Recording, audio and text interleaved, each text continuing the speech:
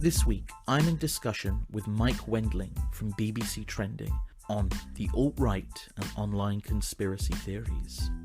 I'm Kieran O'Meara, and you're listening to the poLit podcast.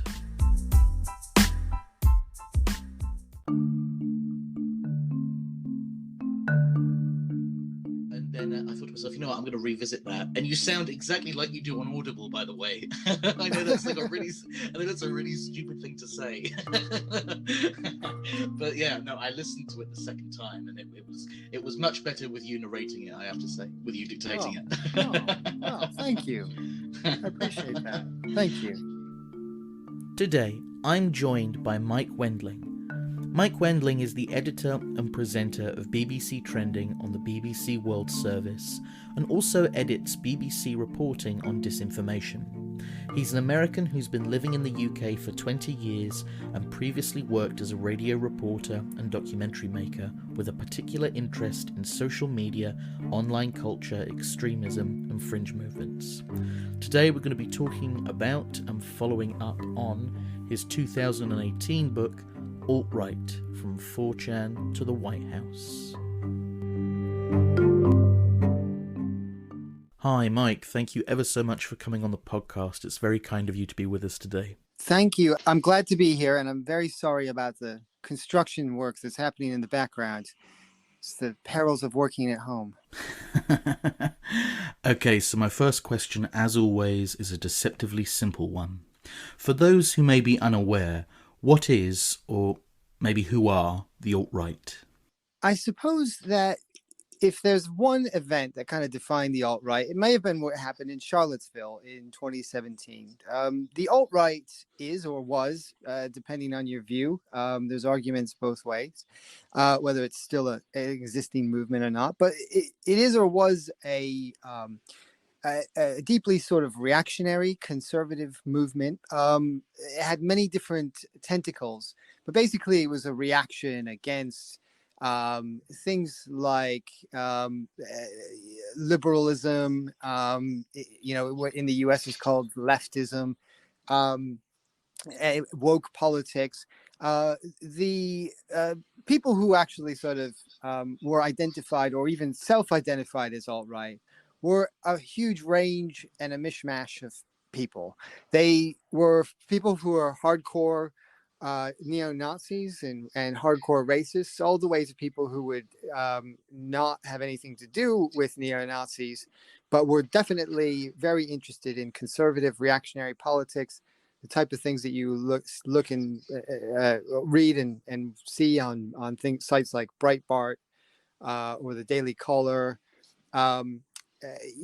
Fundamentally, they are conservatives, but a sort of a new breed of conservatives, not necessarily bound by the sort of culture of the past of, particularly in America. This isn't your sort of grandfather's conservative movement. A lot of them were extremely online people. They were fluent in internet memes. Some of the preoccupations that some of the more mainstream alt-right or alt-light, as they're called, people didn't really align with traditional conservative values, such as being pro family unit or anti-gay marriage, things like this. So it was a movement, it's in some vestiges of it still remain, that was deeply skeptical of the modern world, while at the same time using all the tools of the modern world. So it's been 3 years since your book on the alt-right hit the shelves, and in the conclusion, entitled Downfall, you finished the work rather interestingly, I think. So you say, quote, "Who knows, against all odds, the giddy dream of building a viable political force off the back of obnoxious trolling might somehow be revived. And through political grunt work, the movement may move into the mainstream, getting sucked into the beltway funnel that it spent so much effort trying to destroy. A more likely scenario is that this Frankenstein of a political group will continue to fall apart, with energetic elements shooting off in all sorts of directions. The only questions that matter might be what will replace the alt-right, how big will it be, and how much wreckage will it leave in its wake." End quote. Since you've written these words, we've seen the end to a Trump presidency, perhaps more significantly the actions of January the 6th early this year, and a whole host of other events that may be connected to the alt-right and the alt-light, as you say. So I'd like to ask, in the time that's passed, over the last 3 years or so, have any answers to the questions you posed at the close of your book presented themselves to you? Has something come to replace the alt-right? And, what kind of wreckage has it left? And is there a spark of the alt-right's giddy dream still lit? That's a great question.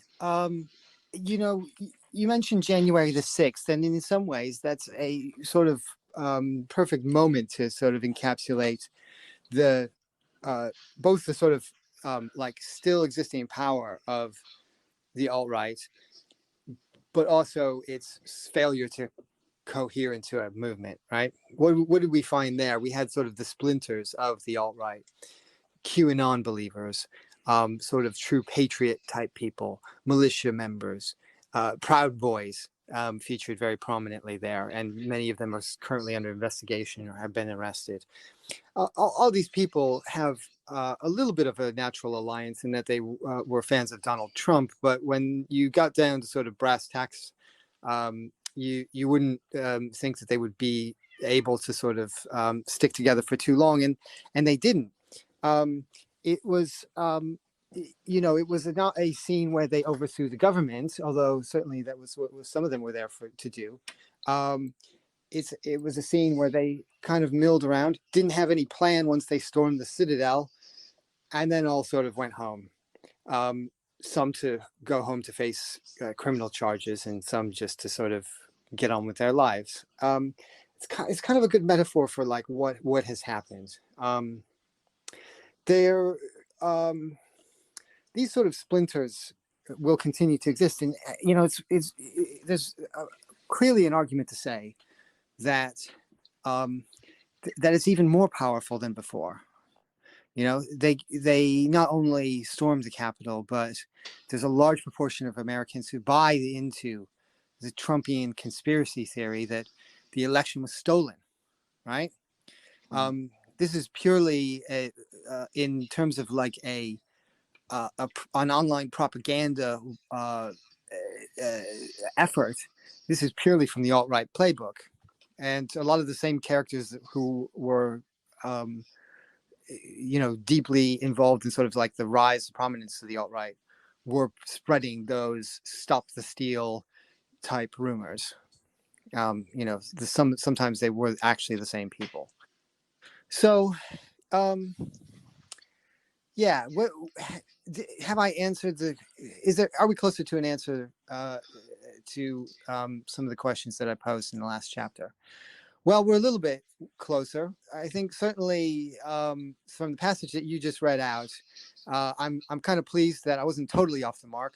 Certainly there have been a whole bunch of these offshoots, but it's yet to be seen, I believe, whether there will actually be a reemergence. If it does happen, you would assume that it would be through the figure of Donald Trump. And from what we've seen from the former president, he is doubling down on some of the stuff that is the more sort of alt-right stuff in his presidency. Not necessarily sort of racial obsession. I mean, there's a little bit of that, but more in terms of conspiracy fringes and his attempts to sort of drum them up online. No, it is interesting. And I think you do present a number of answers to the questions that you ask. And in fact, I even remember, I've already said to you that I read your book before January the 6th, when it came out a few years ago. But I do remember thinking about something that you said in the book about how alt-right political action can be a little bit disorganized, or can not necessarily be directed to a particular ends. And I still find it bizarre that you have this huge feat of protest, effectively, and you have the seizure of this citadel, you have the storming of the capital. They manage to break into the capital, to take the capital, and then do nothing with it. It's unbelievably fitting, perhaps, for the alt-right. Yeah, absolutely. They didn't really have a plan. Um, some of them may have been sort of bent on violence, and we're probably pretty lucky that it wasn't more violent than it was. The thing that I always sort of think about is the scene at the end of that film, The Graduate, right, where the young couple sticks two middle fingers up to society and just runs out of the church, right, and runs onto the bus.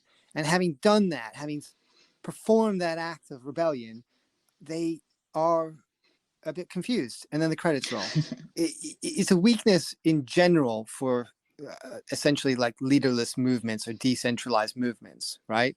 I mean, of both the right and the left. You could probably say the same thing about Occupy Wall Street. You know what I mean? Hey, we're here, guys. What should we do? We should continue to be here.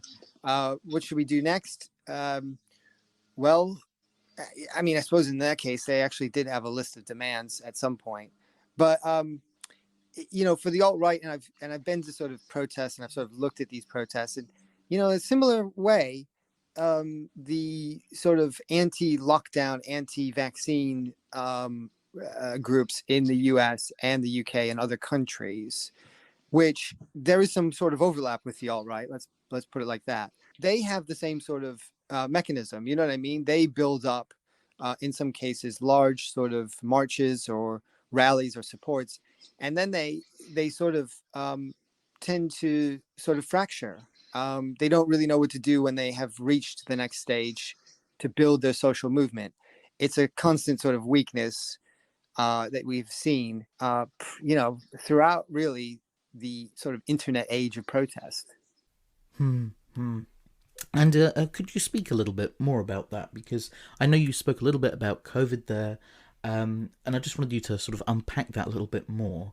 The COVID-19 pandemic seemed to have an effect on almost all aspects of political life. Were the principles, or indeed maybe the praxis, of the alt-right affected by the pandemic in any way? And if so, how? Well, it gave many alt-right characters a sort of a new lease on life, or something to rail against. Complicated slightly by the fact that, in America in particular, their hero Donald Trump was not necessarily a total conspiracy theorist. Certainly not an anti-vax advocate. He was convinced of the seriousness of the disease. He put sort of people like Anthony Fauci sort of front and center. Obviously, he had some wacky ideas about drugs and was completely over optimistic and used it for political ends and all this other stuff. I don't need to sort of go through it. It's been pretty widely covered. But I guess my point is, a lot of the people who were into the alt-right have become COVID refuseniks of one stripe or another, whether that's sort of anti-vaccine or anti-mask, anti-government. It totally makes sense because they're basically just railing against the establishment. And, COVID has given us a big establishment, right? It's no sort of coincidence that governments and medical authorities around the world have been sort of pushing the same sorts of messages, that there's been lockdowns in varying degrees in pretty much every Western country. It's an easy target for these people who are out to sort of just rebel, right? It's complicated, and it's complicated by the fact that, the more sort of conspiratorial end of the anti-lockdown movement, which, there's a sort of a fuzzy line, but certainly the conspiracy theories are sort of pretty big within these movements at large. But they're not specifically drawing from an exclusively right-wing reactionary Breitbart style alt-right. A lot of people have been drawn into them from very different political persuasions, and in some cases, no political persuasions really to speak of at all. So while there's definitely sort of like a strain of reactionary thought and extreme right-wing thought that's pretty heavily in these movements, it's not exclusive in the same way that the alt-right was, um, basically had some sort of, I don't want to say unity, because it certainly wasn't unity, but certainly politically it was all of one flavor. Sure, sure. So, although not necessarily directly connected, nor mutually exclusive or constructive, I'd like to add, there are some links between the politics of denial, be it COVID, vaccines, or climate change, disinformation, misinformation, so on, and the alt-right. Would you be able to flesh this connection out a little bit more for us? And especially folding that back into relations to COVID as well. I think this is really fascinating, and I think that's probably something that few people have really grasped yet. I previously I said that it's not sort of ideologically these sort of movements are sort of a little bit different, but in terms of the way they proceed and in terms of the sort of, I guess, like the thought patterns they have a lot in common. It's a movement, and both sort of the alt-right and the COVID denialists and the climate change denialists rather, are extremely suspicious to the point of paranoia. They have no trust in science, no trust in government institutions or the establishment whatsoever.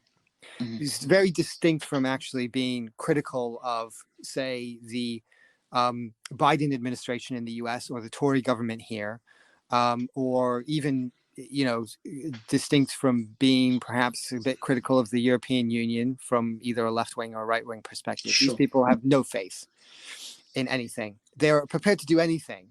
And they, in terms of their sort of leaders and the sort of thoughtful people who are at the start of these, at the head of these movements, they will not have any kind of relationship with the truth that really matters. In other words, they'll be prepared to sort of put anything that just smears their political enemies and goes viral, and maintains the followers and clout online.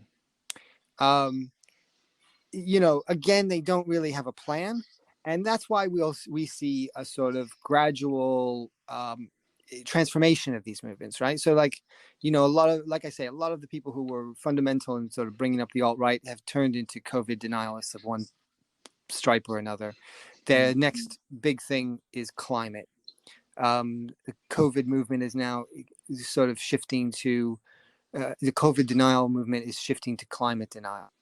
It will simply be something that scientists or experts or government think that we need to do. That will be the subject of a lot of news coverage.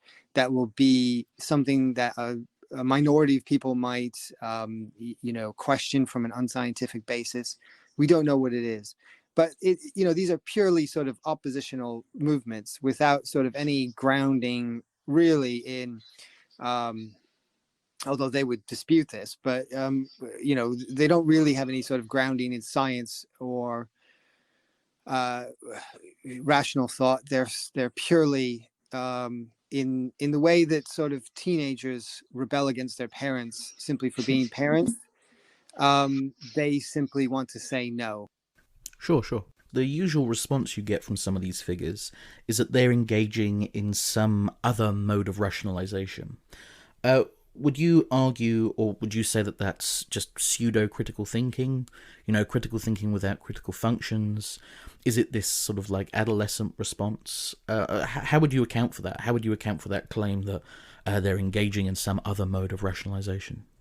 Yeah, I mean, it'll be different when it comes to different people. You know what I mean? A lot of people who sort of follow these movements do think that they have some sort of rational scientific basis for what they believe in. When you talk about anti-vaxxers, who are followers of the movement, maybe not necessarily the leaders, will say, hey, I've read some scientific papers about this, but they just don't have the background to sort of actually sort of understand what they're reading, essentially. They haven't sought out alternative perspectives or sort of going into things with an open mind. other people will. There are definitely some leaders, and it's difficult to sort of go into sort of individuals and sort of say, do you really actually believe this, or are you really making up this QAnon rumor, or this rumor about Nancy Pelosi or whoever it might be, because you believe it, or is it simply seem like something that might go viral and get you clout online? Whenever it comes to an individual, it's really hard to make that determination, right? It's kind of the same sort of thing about Donald Trump. Does he know when he's spreading these mistruths? Is he deliberately lying, or does he actually think that he's telling the truth? Really hard to say. But if we just leave that question aside for the moment, it is a fundamental sort of like lack of curiosity in terms of and lack of open-mindedness when it comes to for the alt-right questions of race or religion. You know what I mean? They're basically on the lookout for examples where white people are oppressed, or Muslims do bad things. You know what I mean? I remember a Breitbart story that was billed as an investigation, listing 100 sort of hate crime hoax stories that have been reported on by media over the last I can't remember if it was 5 or 10 years, with no mention of actually the sort of thousands, literally thousands, about 5,000 a year, I believe it was till recently, hate crimes that are registered by the FBI in the course of a year, right? So when you look at a handful a year that maybe have been hoaxes or bad reports, or not didn't pan out or unproven, and you say, okay, well, there's thousands of these things. It's just not an honest way to go about journalism or academic research, and that sort of trend carries over to the anti-vaxxers. And the problem is, because of the filter bubbles of social media, this and the sort of way that it's scrambled all of our brains, the internet, it can be very persuasive, and it can be very persuasive to people who don't necessarily haven't really necessarily given it much thought before. A lot of people who are involved in the anti-vax movement, I did say that some of them, particularly in the US, did come from the alt-right, but a lot of them here in the UK that we've seen, me and my team, didn't really have a whole lot of experience in politics before. They didn't really, and they will admit this quite openly if you interview them, and we've interviewed quite a few of them. They'll say, I didn't really pay attention. I didn't really watch the news. And yet suddenly they're sucked into, not say, the Liberal Democrat Party, or, their local sort of conservative run council, or whatever it might be, the Socialist Worker Party selling magazines. They're sucked into a extremely fringe and in some cases quite extreme world of conspiracy and sort of half-truths, with this veneer of science or academic research behind it. That's probably the scariest thing about this whole politics of the pandemic, at least from where I'm sitting, is that it's created this mass, and this mass, we don't know where it's headed next. It's hard to quantify. It hasn't yet sort of broken out into, well, here in the UK at least, it hasn't sort of broken out into sort of mainstream power, but you never know. No, you're right, you don't. One of the things I was thinking about, perhaps unconsciously, perhaps it just sort of casually just popped into my mind when you were talking there, was, strangely enough, the new Matrix film. So, Matrix is a particularly, at least Matrix imagery is a particularly fundamental part of the alt-right and a lot of these online groups. And I just wanted to ask, do you think that this sort of wave of conspiracy theory, or this sort of wave of online activity, is kind of like a re-red pilling? I think the new film, Neo, ReRed Pills. So what do you think about that? Do you think it could be a re-red pilling of sorts? I to be honest, I haven't seen it. I haven't seen the new advert, and it's been a while since I actually saw that film. I've been meaning to sort of rewatch it for some time. But obviously, your listeners will probably know the sort of red pill metaphor that the alt-right absolutely loves, and basically stole from that film. Yeah. So, I mean, uh, look, straight up, the people who talk about, vaccine, the hardcore sort of anti-vaccine movement, or the hardcore sort of, I don't know what you call it, anti-lockdown movement, just takes that language wholesale, and they do not examine it. And so in some cases, like those apolitical people I was talking about, or even, there's quite a lot of what you might call hippies in the movement, or what I used to call hippies, people who were like into, raving and parties in the 90s and left-wing politics, essentially, not a million miles away from the people who might have marched for Black Lives Matter or marched against the Iraq War in a previous generation. These kinds of people, a lot of them are getting involved in that. And it's so interesting and, again, a little bit disconcerting to sort of see them use this red pill metaphor. You see it on Telegram all the time, hey, we're going to red pill the normies, we're going to red pill the sheeple, without realizing that they're sort of taking this from a political movement that is so far removed from their own values, or so far removed from their own values as it was before the pandemic. Because actually, another sort of corresponding thing is that we're seeing that a lot of these people actually kind of fall hook, line, and sinker for the whole thing. And their supposed sort of like leftism, or being socialist or whatever, or being sort of, on the momentum end of labor, just it all goes out the window, and you cannot tell them apart from anybody who would be on the alt-right 3 years ago.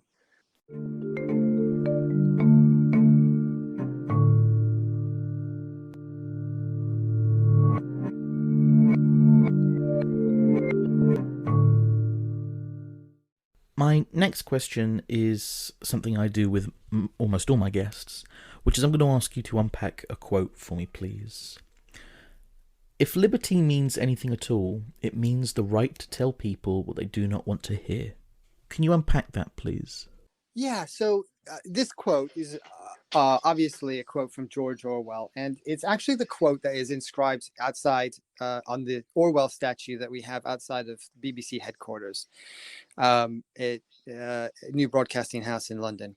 It's interesting because Orwell had definitely had like a tortured relationship with the BBC. He worked at the BBC briefly, and he was of sort of two minds of what he was doing. He was working during World War II, and so a lot of essentially what he was doing was propaganda, Allied propaganda broadcasting, which is interesting, and obviously sort of didn't wholly sit too well with the sort of author of 1984. But he's, but as a journalist, as somebody who's, a fantastic writer, a person who thinks deeply about things, he's obviously a really big inspiration to, I would say, most, if not everybody who works in journalism at the BBC, and most journalists as a whole, of any political persuasion. Now, that quote is often, as much of Orwell is often sort of abused. It's often used by people who are defending a sort of responsibility-less idea of free speech, in that we can just sort of say whatever we want. And, quite a lot of this has been,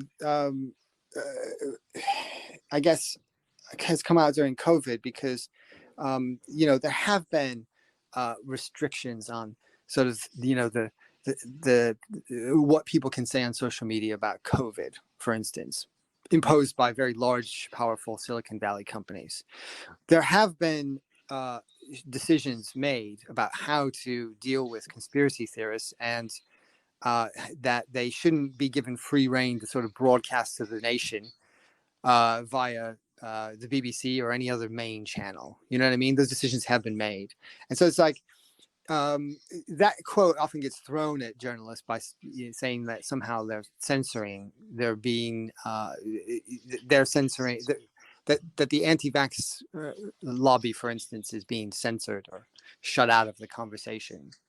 But if you turn it around, you basically have to realize that, Orwell was always on a search for the truth, and patently some of the quote unquote science that these people are using, and it goes right back to some of the race science that the alt-right was using, and some of the sort of gender, again, quote unquote science that they would continually cite.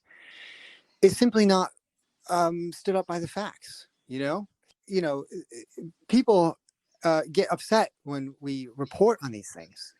People get upset when we say, listen, this is a conspiracy theory. But that is the freedom that we have to have, that anybody has to have, but particularly people who are working in journalism, to be able to tell the public, including the people who believe this kind of stuff, the truth behind it. And that includes when there is no truth behind it. No, it's always interesting to talk about the ways in which Orwell is used and abused by individuals of all different backgrounds and political stripes. And there's still probably volumes and volumes of books you could fill on the particular ways in which Orwell is misquoted or misunderstood or, as I say, used and abused. And there probably already are volumes out there. So I have a couple more questions for you. One of the aspects you can't really avoid when talking about the alt-right is its online presence, especially in the chans. Actually, I had never encountered 4chan until I read about it in your book. And when you described it, I thought to myself, no, this place can't really exist. This digital space can't really be in existence. It does, yeah. It's really hard to, I tried to get into the book, but it's very hard in sort of mainstream journalism to actually sort of portray this stuff simply because of like taste and decency and guidelines. You kind of have to, it's really hard to describe. We deal with this with a lot of this kind of stuff. You know what I mean? When people talk about, say, hey, it's an abusive forum, or, there's really extreme content. A lot of people think that we're basically just being snowflakes, and that, there's probably like some swear words. As you yourself have found, that's not the case. It's the most vile stuff that people are posting all the time. Vile racial slurs, pornography like mad. It's crazy. It's anarchy, and it's not pleasant. No. It isn't pleasant in any way, shape, or form. But these sites, these sort of online message boards, like 4chan, seem to be sort of the home turf or the comfortable locality of alt-right politics, and indeed at one point the site of its political rumination. Part of this is trolling. Trolling is, historically at least, the chosen method of political consciousness raising to rationalise it, perhaps, or perhaps political action broadly for alt-righters and alt-lighters. In fact, perhaps just all alters. So I have two questions I would like to ask on this topic.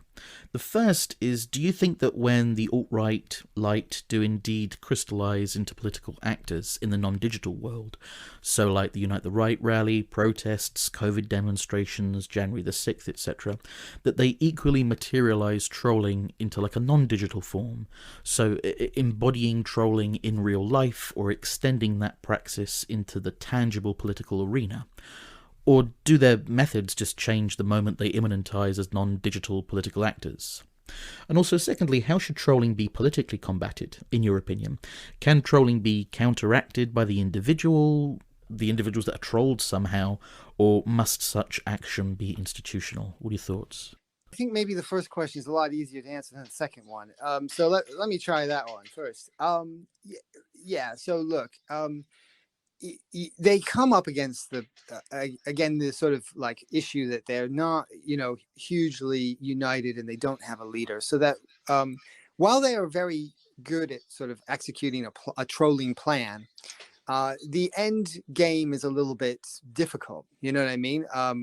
Hey, we can get all the bodies in the Capitol, but when we actually get into the Capitol, what do? Well, we don't know, and nobody's around to tell us. And oh yes, by the way, Trump said go home, so that's the end of that.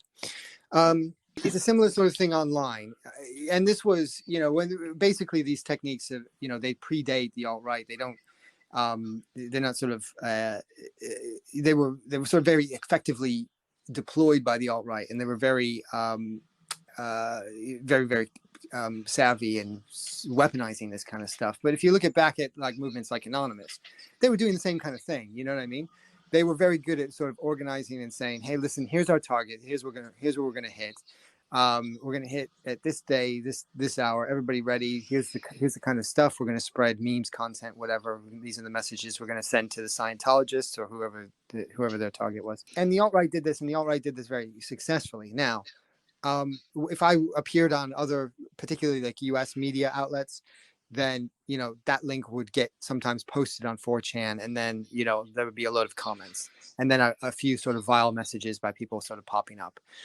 What's happened since then in the last few years is that journalists are really savvy about these campaigns. They know 4chan exists, and so now it's sort of like everybody's sort of like not running around being caught off guard by some sort of trolling campaign, but thinking, I wonder if those people at 4chan may have started it.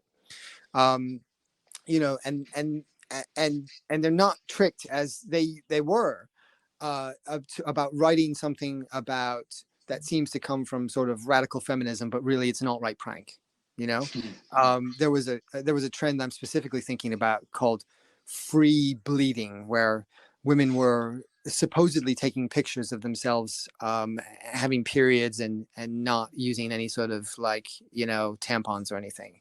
That is sort of the crude, not even the most crude, but certainly sort of like the crude mind of 4chan and how they think. That stuff just doesn't really happen anymore. There's a savviness out there that journalists of all stripes really know that how they're being played if they're going to like do a story that is essentially a 4chan prank. And then there was sort of boredom with social media, and a lot of people got kicked off, and so you can't follow some of the characters who are in my book because they've been thrown off of Twitter, or they have lost interest, or they've gone to sort of niche platforms. And so it's not quite so fun anymore if you can't sort of rally around these accounts and then attack mainstream journalists who don't have a clue what you're doing, and then laugh at them, and then see that they write up some sort of misguided story about you and all this other stuff. So all that fun just sort of drained away. And as to whether sort of that kind of thing happens in real in the real world, I always find it surprising that these people who are kind of like weekend warrior type people, a lot of them, particularly some of the sort of Proud Boy elements, a lot of them sort of when they sort of get confronted with actual sort of real legal trouble or violence, or usually violence and then legal trouble, it becomes very real, and it becomes very real very quickly. I've seen this in places like Berkeley and places like Portland, where people who stick around on the streets in those situations are really violent, and some of them are violent Proud Boys, some of them are violent anti-fascists, and the cops have guns too. You got to really be highly motivated to be there, and that's not necessarily something that is going to really build a mass movement either. Okay, so my last two questions are the same for everyone that comes on the podcast. The first is, for you, what is politics or the political? Wow. Well, because I spend a lot of time on the internet, and previously spent a lot of time on 4chan, and talked to a lot of conspiracy theorists, and look at their things, I think my idea of politics is absolutely fried, along with my brain. I suppose I look at it as I look at it as a confusing sort of mishmash these days, where we have old labels breaking down, a mainstream terrain that is not impervious to really sort of fringe, anti-factual or extremist ideas. politics to me overall at the moment is actually a little bit frightening. That's how I would define politics. And I'm not an academic. I basically just look at these things from it for the view of a journalist, and my own sort of like personal stories that I cover and the stories that me and my team cover. But I guess as anybody would be in my position, I'm a little bit frightened about the future of politics. No, that's a great answer. As always, this question gives a plethora of different answers, and I don't think I've had any two guests give me the same, which is great. So my very last question is, if listeners want to read more, a little bit about the alt-right or misinformation or disinformation or even conspiracy theorists on the internet, who should they read? Well, you know what? I would actually recommend that you listen. I would actually recommend that you listen to our podcast, BBC Trending. That's going to seem very self-serving, but me and my team, we are, we're paid to sort of keep in front of all of this stuff and keep tabs on it, and it comes out in our weekly podcast and our radio program.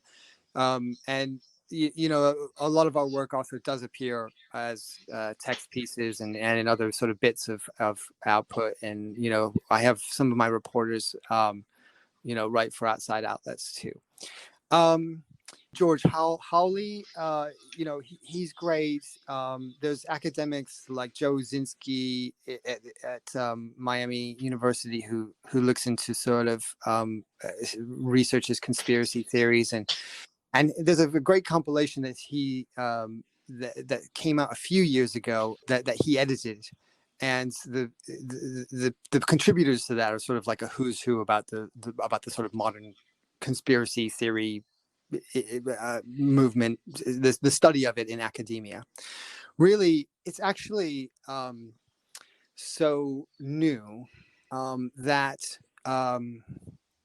there isn't a whole lot of research into conspiracy theories from an academic standpoint. I mean, it's probably like, less than 20 years old that it was sort of 20 years ago that it was sort of recognized as a field, probably much less than that.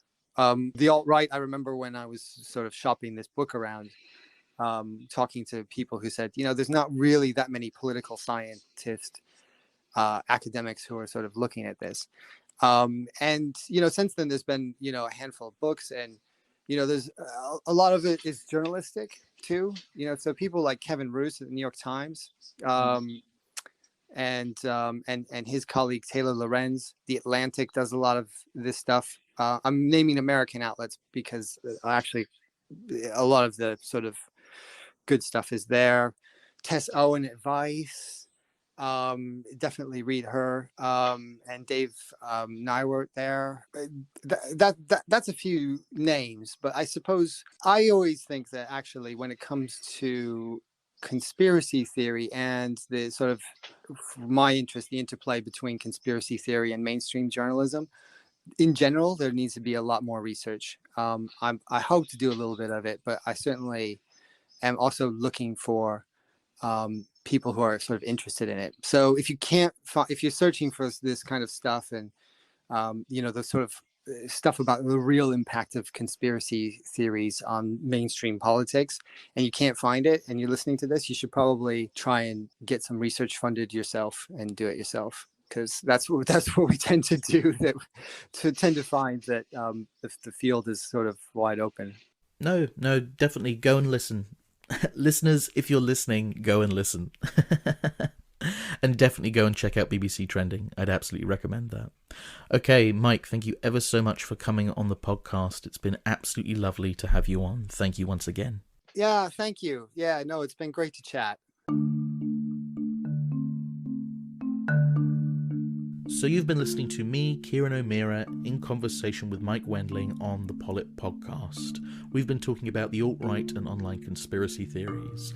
If what you've listened to today has piqued your interest, I've included a link to Mike's book in the description box.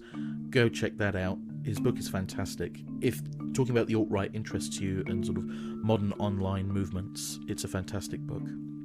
Alongside that, I've included Mike's Twitter handle and the handle for BBC Trending. Go check them out as well for more content. And alongside that, please, please, please like, share, subscribe, and follow.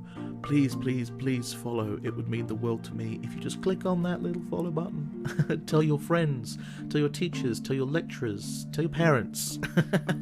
Go away and follow and subscribe and share. And lastly, if you haven't done so, please go check out the website. There you'll be able to see all the essays and content that don't become podcast episodes, alongside references and links to more content. And just remember, if you're ever in the mood for a think, www.thinkpolit.com. Thanks, guys, and have a very Merry Christmas. I'll see you next week.